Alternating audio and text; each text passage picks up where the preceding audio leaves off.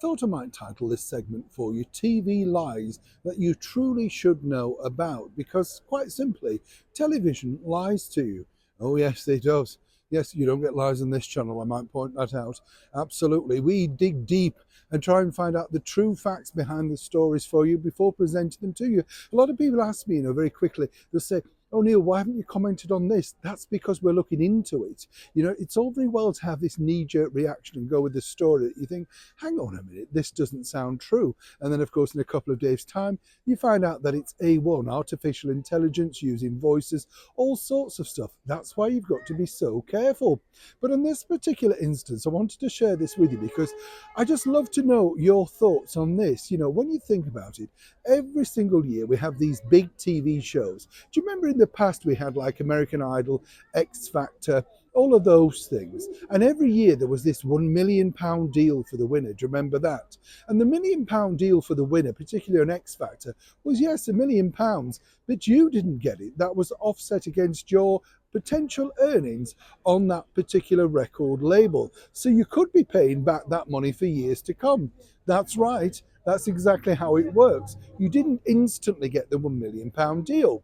Now, this time last year, of course, everybody was very excited because Mike Tindall, married to Zara, of course, the daughter of the Princess Royal, Her Royal Highness Princess Anne, was popping into the jungle. And everybody said, oh, mega deal. Absolute mega deal, alongside, of course, the disgraced Health Secretary over here, the Right Honourable Matt Hancock.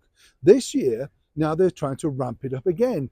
They've got potentially Jamie Lynn Spears. She is, of course, the sister of Britney Spears, the early noughties pop star that's just released a tell-all book all about how difficult life in the spotlight was.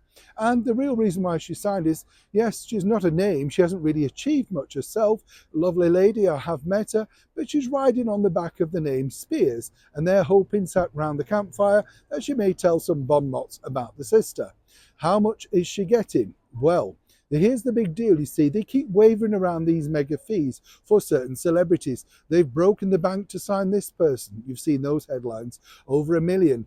ITV don't have £1 million to spend. The top fee on I'm a Celebrity, the maximum fee is $330,000. That is for the entire stint. That's the top fee. Whatever anybody says, there's certainly no millions. Now, what used to happen was this. They gave you a reasonable fee, and then you could make money by doing interviews with the glossy magazines and the newspapers. But they've got no money now, so they don't want to pay for the interviews anyway. And plus the fact they'll get it all for free off social media. You see how that works. What about the alleged things that they're not allowed to do in said jungle? Smoking. Another pack of lies. They let celebrities who heavily smoke have time out from away from the camera to have a crafty cigarette off site. You get the picture? Now, what about medical problems? Well, there's a medical sign all the time, basically checking, particularly for the older contestants, if they're okay. So there's no way that ITV could wish anybody to have a medical emergency. They simply couldn't afford it. And while they take out insurance for celebrities, well, then again, they do not want that bad publicity. So for everybody watching that particular show this year thinking, my goodness, that person's picked up £1 million to be in there. Absolute rubbish. They did not pick up £1 million at all. I would suspect that particular person, that individual that they're claiming that is probably around about 220 to 240 maximum. And then, of course, there's the agent's fees, the tax, etc. So is it worth it really for your dignity, your pride, and more importantly, hoping to collect to a dwindling audience over on the commercial channel ITV to sign up to eat you know what on national television? Now, at least you know the TV lies that they feed you directly from the jungle. Neil Sean in the very heart of London.